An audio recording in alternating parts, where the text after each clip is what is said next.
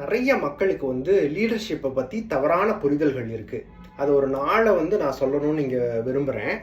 அதில் முதல்ல பார்த்தோன்னா லீடர்ஸையும் மேனேஜரையும் கன்ஃபியூஸ் பண்ணிக்கிறாங்க. மேனேஜர்ஸ் தான் லீடர்ஸ்ன்னு நினச்சிக்கிறாங்க, லீடர்ஸ் தான் மேனேஜர்ஸ்ன்னு நினச்சிக்கிறாங்க. மேனேஜர்னா யார், லீடர்ஸ்னா யார் அப்படின்னு பார்த்தா, மேனேஜர்ன்றவங்க ஒரு செட் ஆஃப் பீப்புளையோ ஒரு செட் ஆஃப் சிஸ்டத்தையோ ஒரு செட் ஆஃப் ப்ராசஸையோ மேனேஜ் பண்ணுறவங்க தான் மேனேஜர். லீடர்ஸுன்றதவங்க யாருன்னு பார்த்தோன்னா, அவங்க கைண்ட் ஆஃப் பீப்புளை செட் ஆஃப் பீப்புளை வழி நடத்துகிறவங்க தான் லீடர்ஸ். ஸோ ரெண்டுக்குமே டிஃப்ரென்ஸ் இருக்குது.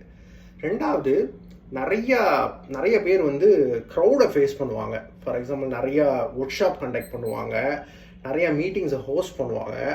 அவங்களாம் தான் லீடர்ஸா அப்படின்னு பார்த்தோன்னா அவங்களும் கிடையாது. அவங்க பீப்புளை கேதர் பண்ணுவாங்க. ஜஸ்ட் பீப்புளை கேதர் பண்ணி உட்கார வச்சு அந்த மீட்டிங்கையோ அந்த ஒர்க் ஷாப்பையோ அழகாக எடுத்துகிட்டு போவாங்க. அவங்களும் லீடர்ஷிப் கிடையாது. மூணாவது, பவர்.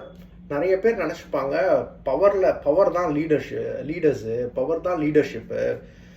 ஏன்னா அவங்க இப்போ ஒரு பவரான பொசிஷனில் இருந்தாங்கன்னா கீழே உள்ளவங்களை ஃபோர்ஸ் பண்ணி இதை பண்ணு இதை பண்ணாதன்னு சொல்கிறதும் லீடர்ஸ் கிடையாது. அப்புறம் நாலாவது, இந்த சேல்ஸ் பீப்புளெலாம் இருக்காங்கல்ல, சேல்ஸ் பீப்புள் நிறைய மீட்டிங்கை கண்டக்ட் பண்ணுவாங்க, நிறைய கஸ்டமரை மீட் பண்ணுவாங்க, நிறைய பெரிய பெரிய விஷயங்கள்லாம் பண்ணுவாங்க. அவங்களும் லீடர்ஸ்ன்னு பார்த்தோன்னா அவங்களும் லீடர்ஷிப் கிடையாது.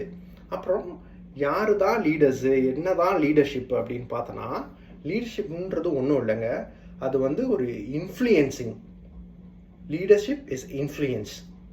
இப்போது ஒரு நபர் மற்றவங்கள ஒரு ஒரு தப்பான ஒரு கேரக்டரையோ ஒரு தவறான ஒரு பாதையில் போகிறாங்களோ அவங்கள வழி நடத்துறது எப்படி வழி நடத்துறது?